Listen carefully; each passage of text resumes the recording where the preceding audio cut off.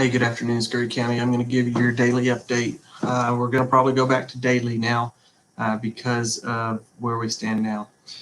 We have a total of 50 active cases, 70 total cases, 20 are recovered, and we have had our first death this weekend from COVID-19. I'll read you a statement that was put out by TDCJ today. It says that the Texas Department of Criminal Justice read you a statement that was put out by TDCJ today. It says that the Texas Department of Criminal Justice, TDCJ, is grieving the loss of an employee that is connected to the COVID-19 virus. 60-year-old correctional officer V. Kenneth Harbin had more than 30 years of COVID-19. Harbin had been treated at Covenant Hospital in Lubbock since June 28, 2020. He was showing signs of improvement, but Officer Harbin took an unexpected rapid turn for the worse and died the morning of July 4th. Every death of one of our own is a tragic loss, said TDCJ Executive Director Brian Collier. The thoughts and prayers of his family and Gray are with Officer Harbin's loved ones and friends. He will not be forgotten. Officer Harbin was a great correctional officer and a better friend. He always had a smile or a joke to make the day better.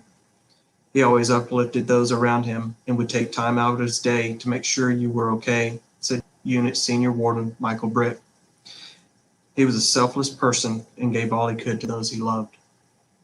The Texas Department of Criminal Justice has had 9 employees pass away in connection with the COVID-19 pandemic.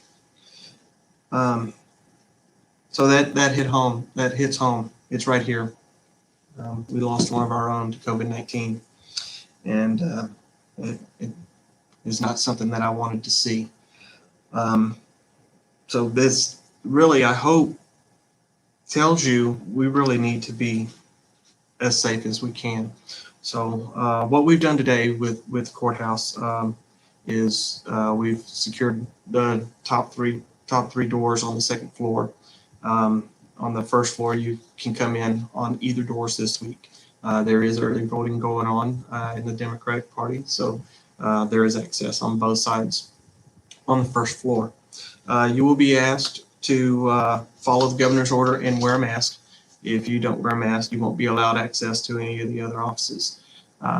You will be asked to have your temperature checked, and you will be asked certain questions.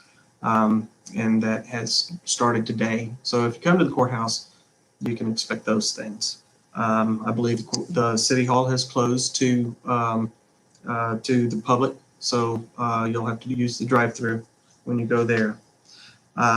If you feel like you need to be tested, and you feel like you've been in contact with COVID-19 and you've been trying to get a hold of the health department today, they are extremely busy. Like I said, we have 50 active cases.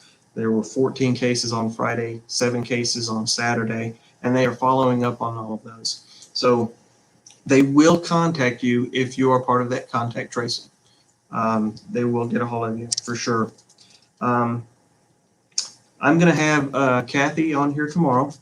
Kathy Goodwin with hospital. Hopefully, we've talked about it, and she believes she can make it tomorrow. If not, then we'll do something else. But we're going to talk about what quarantine actually means and a couple of other things. I know there have been some questions about quarantine and what goes along with that, so we'll discuss that.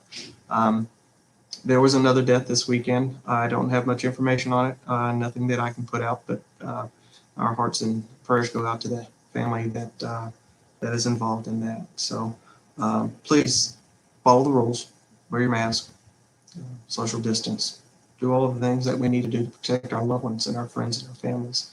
And please have your prayers with Officer Harbin's family and with family that lost someone this weekend. I'll talk to you all tomorrow.